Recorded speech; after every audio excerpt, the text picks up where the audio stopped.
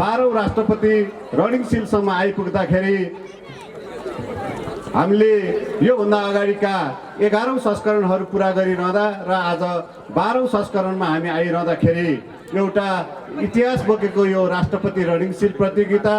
यो सञ्चालनको पहिलो दिनमा रहेको कुराहरू यहाँहरू माझमा जानकारी गराउन चाहन्छु। र यो अवधिमा 12औं राष्ट्रपति खेलकुद प्रतियोगिता आइरहँदाखेरि यही ग्राउन्डबाट यही दूर दराजमा रहेका खेलाडीहरू जो आफूसँग भएका प्रतिभाहरूलाई त्यो देखाउने एउटा माध्यम र त्यो देखाउने एउटा ग्राउन्ड नभएको अवस्थामा यो राष्ट्रपति रनिङ सिलले त्यस्ता खेलाडीहरूलाई आज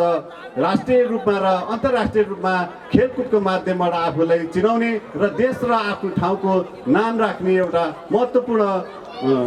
खेलकुदको रूपमा यसलाई लिन सकिन्छ। र यो खेल वास्तवमै भन्यो भने हामीलाई लाग्दछ यो सामान्य खालको खेलकुद जस्तो लाग्दछ, तर यो सामान्य भन्ने होइन। यो खेलकुद भनेको के हो भनेदेखि हामी यो गाउँ दूरदराजमा रहेका खेलाडीहरूलाई यो एउटा मिनी ओलम्पिकको रूपमा हामीले लिन सकिन्छ। यो खेलकुद प्रतियोगिता जहाँ यो खेल प्रतिभा भएका, खेलमा रुचि भएका र आफूलाई खेलकुदमा लागेर चाहिँ आफ्नो जीवन निर्वाह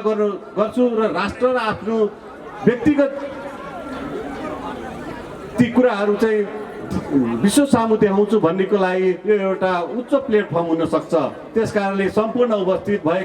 हुनुभएका खेलाडी, विद्यार्थी साथीहरू, भाइ बहिनीहरूलाई म विनम्रपूर्वक के अनुरोध गर्न चाहन्छु भने तपाईँहरूसँग भएका ती प्रतिभाहरूलाई उच्च मनोबलका साथ यो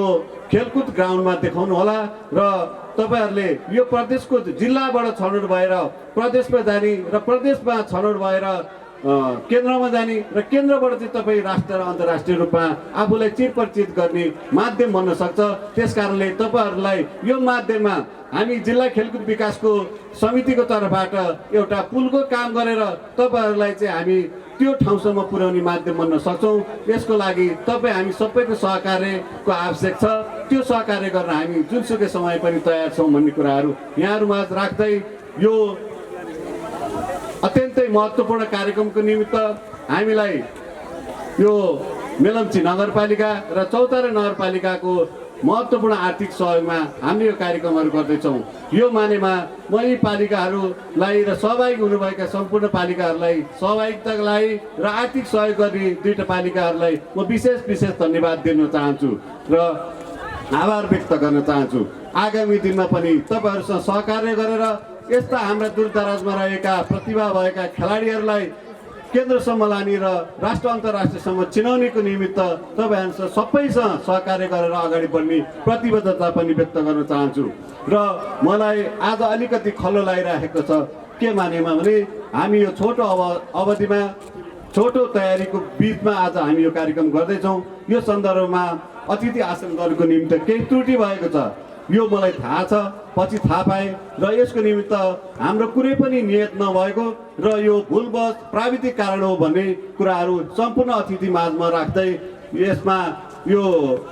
प्राविधिक कुरा हो, प्राविधिक त्रुटि भएको हुनाले यसलाई चाहिँ नियतवश नसम्झिनु हुन पनि म अनुरोध गर्दछु र गल्ती भएको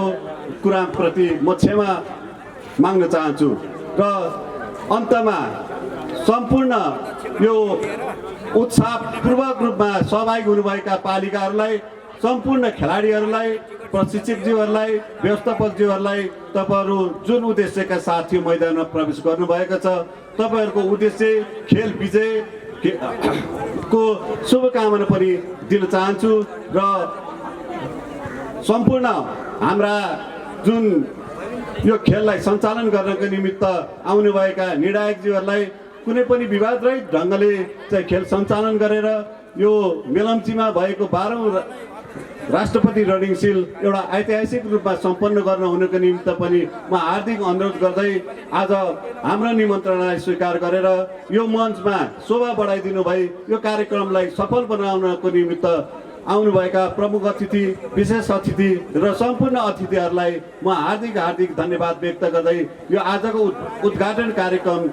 समारोह यही समापन भएको घोषणा गर्दछु। धन्यवाद, नमस्कार।